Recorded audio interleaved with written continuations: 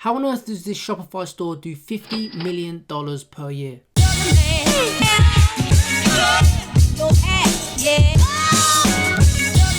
What's poppin', people? It's your boy the Beast of Ecom, and I am back with another video dropping nothing but you already know, value bombs. So in today's video, I'm going to be breaking down this Shopify store that does $50 million per year. So I'm going to be doing a deep dive into this website on what makes it so successful so that you can use these tips and implement them into your dropshipping or Shopify store. I'm going to break down the product, the marketing, and everything in between. If this is the first time ever watching one of my videos, then welcome. I drop weekly videos showing you how you can make more money with your Shopify dropshipping stores using Facebook ads and other paid methods. Now, before I reveal what this Shopify store is, if you could do just two small things for me. If you could first and foremost drop a like on this video, it would help out the channel, it would help the video grow, give the algorithm some love, and I'd appreciate it so much. And second of all, if you could drop a comment down below as well. I will be replying to as many comments as I possibly can on this video, so drop a comment down below and we can have a conversation down there. If you are not, then please do consider subscribing to the channel. Make sure you turn that notification bell on as well so that you stay up to date with all of my latest content. So the Shopify brand that is doing $50 million per year is Glamnetic. Okay, and we'll talk about what the product actually does. We'll break down their Facebook marketing and also have a look at some of their emails as well, because I did sign up for their email list. So we'll take a look at some of those, and hopefully by the end of this video you have tons of tips that you can actually implement into your business to help you get more conversions on your store, right? So firstly, if we have a look at this came out recently, how this 27-year-old grew this false eyelash startup Glamnetic to $50 million in yearly revenue. And if we have a look down here, we can see that it actually only started in August of 2019. So it's not an old company at all. And we can see now that they've got 70 full-time employees, right? They've got 25 SKUs, and they're actually working with doing some big collaborations with Hello Kitty's parent company as well. So they've seen phenomenal growth, in a relatively short period of time. So there are some things that we can do and have a look at to try and understand what makes them so great and how we can implement these things into our brands as well. So looking at the actual product itself, it's magnetic eyelashes, right? So essentially this liquid here is magnetic, and then what the eyelashes themselves have magnets on them, and then when they clip it on, it stays on, and women can go out with magnetic eyelashes. The product itself actually solves a problem, because I think the traditional way of doing things, again, women, if you're watching this, feel free to correct me if I'm wrong, but usually they used to like glue eyelashes on, and I think it's not a healthy way or a good way to do things, whereas this solves the problem. And a second of all, a product like this actually gives someone confidence. And when you're selling a product and selling confidence, right, you can very much play on the emotions, and we'll have a look at some of the emails and what they do on that front. So if we have a look at the actual product page, okay, we can see here that how it works is what they've got on here is they've got limited stock. So what they're using here is scarcity. Now, I'm not a massive fan of this kind of thing, but again, it has been Memorial Day. They may just have this on here for, Memorial Day and just to, get some scarcity in there around this time frame. But you can see what they've done here is also they've got an add to cart color, which is completely different from the rest of their website. Everything's black, everything else is pink, but the actual add to cart button is a massive green button which stands out a mile away. This is something that you can test out. I personally have my add to cart buttons an accent color, which complements the theme. So if my banner at the top here was pink, I'd have this in pink, or if my top banner at the top would be an orange, then I'd have my button orange. That's just how I like to do things, but having it a color which stands out is another great thing. Now, having trust badges like this is something that I always do as well. You can see here that they've got fast shipping, 40-day money back guarantee, 24/7 customer service, and 100% secure checkout. These are all things that you want to have predominantly at the top of the fold, which exactly this has done. Right now, you can create these yourself. You can head to I think it's Flat Icons, jump into Photoshop and edit something like this on yourself, rather than having those old school massive McAfee security and those kind of ugly trust badges. Get something like this with the value props. I always like to do things this way, and it looks a hell of a lot better.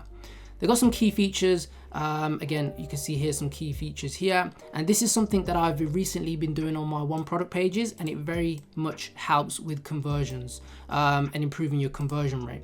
So it's like an us v them. So what you do is, obviously this product itself is not something which is new. It's not brand new whatsoever. And I'll give you an example really quickly actually. If you have a look at AdSpy, right? We can see here in July 2017, so 2 years before Glamnetic actually started, dropshippers were selling, magnetic eyelashes. You can see there. It's a little bit different, but it's the same kind of concept of a product. And again, here we've got another, I think it's the same brand. But again, July 2017, magnetic eyelashes. So the product itself isn't something which is revolutionary. Yes, they've improved upon a product. And again, if you can do that, that's what you want to be doing, is taking a product which is already out there, already selling, already has demand, and then improving upon it. Because I think this one has something like 6 magnets, as you can see. So implementing something like this and us v them, again, if you can't do it yourself, jump into Photoshop, okay, create it yourself. Again, if you can't, then head to Fiverr and get someone to create something similar like this. What your product does and what some of your competitors don't have, what separates you from the rest of them. And this is fantastic. I've been doing this on my one product stores, having it on the homepage and having it on the product page as well.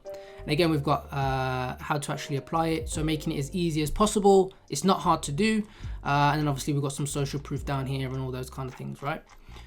Now, if we have a look at the actual visitors that these guys are getting, just to show you how insane their numbers actually are, you can see here in November, right, they were getting 850,000 visitors to their store, okay? And we can see here in March, they were getting the same sort of traffic this year than what they were getting in November, which is pretty much the busiest time. Black Friday's there, we've got Cyber Monday and all those massive dates as well. So they've been absolutely killing it when it comes to traffic numbers. Now, if we scroll down, okay, we're going to have a look at their Facebook adverts, and we're also going to have a look at YouTube as well, because it's a very important thing and something that I've been trying to implement into my stores and brands as well. So if we have a look at actual Facebook, right? So let's have a look at some of their ads. So we can see here they've got 330 ads which are running. Now, one thing that stood out to me, okay, is obviously with a product like this is going to be user-generated content. And what I mean by user-generated content is, let me play one of these. Hopefully it doesn't play with sound. If it does, I'll edit it out. So I think this is the owner. So she's not afraid to jump on camera. You can see here they are actually talking about the product itself. And so this one isn't a good example. Let me try and find another one of user-generated content. Here we go. This is one here. Let's turn that off. So basically reaching out to people who want to use your product and getting them to shoot videos. Now you may be thinking, how on earth can I actually do this without paying influencers to do things? Well, what you can do, and something that I've personally done, is head to Fiverr. You can head to Fiverr and get people to do product unboxing videos. You can get them to do product demonstration videos, and they don't cost that much. Send them out the product and get them to do those kind of videos like this. Again, you can show them examples of this as well, and just get 5 or 6 different people from Fiverr, mash it all together using a video editor. And that's what I like to do with my brands when it comes to getting user-generated content. And then from there, you can then start asking your actual real customers to then get feedback and offer some sort of discount, or offer them some sort of treat or giveaway or something like that, to incentivize them to actually give you some user-generated content. Okay. Now, one thing I want to show you guys, right, is this here. So you can see here, if you have a look at, let me see the example. Where is it? There we go, there. So you can see here on this actual ad, right, they've got something that the text itself is different than the normal text. And this is something that you guys can do. I've personally done it before myself. I don't really do it that much now, but you can change the font of the text on your actual adverts, so it stands out. So when people are scrolling down, people will usually see text like this, but on this advert, they will see text that looks like this, right? Level up your lash game in seconds, right? In this weird looking font, which is going to stop the scroll because people don't usually see that in their newsfeed. Now, to do that, okay, you can go to a website called Yatex, right? And again, I'll just put in testing 1, 2, 3. And what you would do is you type in whatever title you want to use here, and then you'd copy it and then paste it in when you're actually doing your ad creative. Now, one thing I will say is I've had ads that work using this. I've also had ads which work and then get rejected, and I've also had ads which work, they stay working, and then what will happen is Facebook will mark it as low quality as well. So play with it. Sometimes it does work, sometimes you can get some great results with it, and sometimes it just flags up as low quality, or sometimes it doesn't get approved. But no doubt these guys are probably using agency accounts anyway, so they can pretty much get away with a lot of stuff which normal accounts won't be able to. Okay, so that's a little tip for you guys as well with your creatives. Now, we have a look at YouTube, okay? Because if we have a look, remember, we can see that how much is that? We've got 34% of their traffic is coming from YouTube. Now you may be thinking, why is that? So if we actually Google, if you actually type in the word Glamnetic, we can see all of these influencers using Glamnetic's products. Now, a lot of these may be paid, some of them may be paid, but some of the other ones may just pretty much just be user-generated content because it's a brand that's been so big. So they're going to get a lot of, essentially because the word Glamnetic is going to get a lot of views, right? Reviews and those kind of things. A lot of influencers with smaller channels will probably just purchase it and just put Glamnetic in the title because it's going to attract views. So in that case, they've got the leg up. But we can see how many videos they've been getting for the Glamnetic actual product itself. Now, I've actually been reaching out to a lot of YouTubers for one of my brands. Okay, some of them are expensive. I'm not gonna lie. Some of them quoted me like 10K, those kind of things. But it's gonna depend on how many viewers they actually get, and if they're really highly engaged, then yes, it may be worth doing so.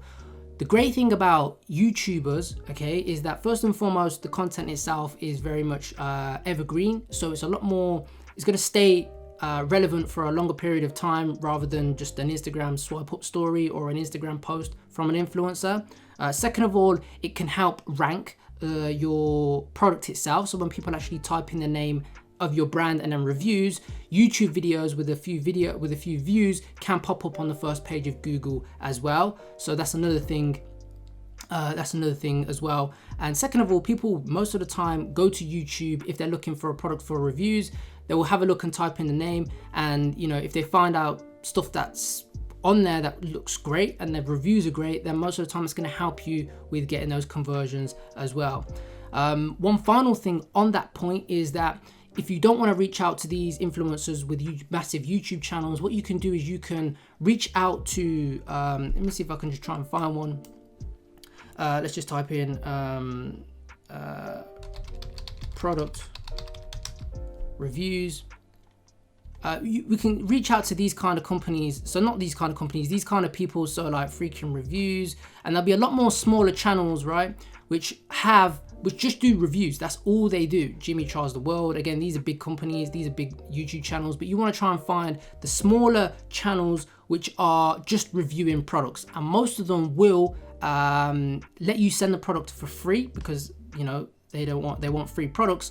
And of course, they make money off the AdSense as well. So reaching out to those, most of them cost around about $200 to $300 from what I've found. And then others are completely free and they just want the product for free.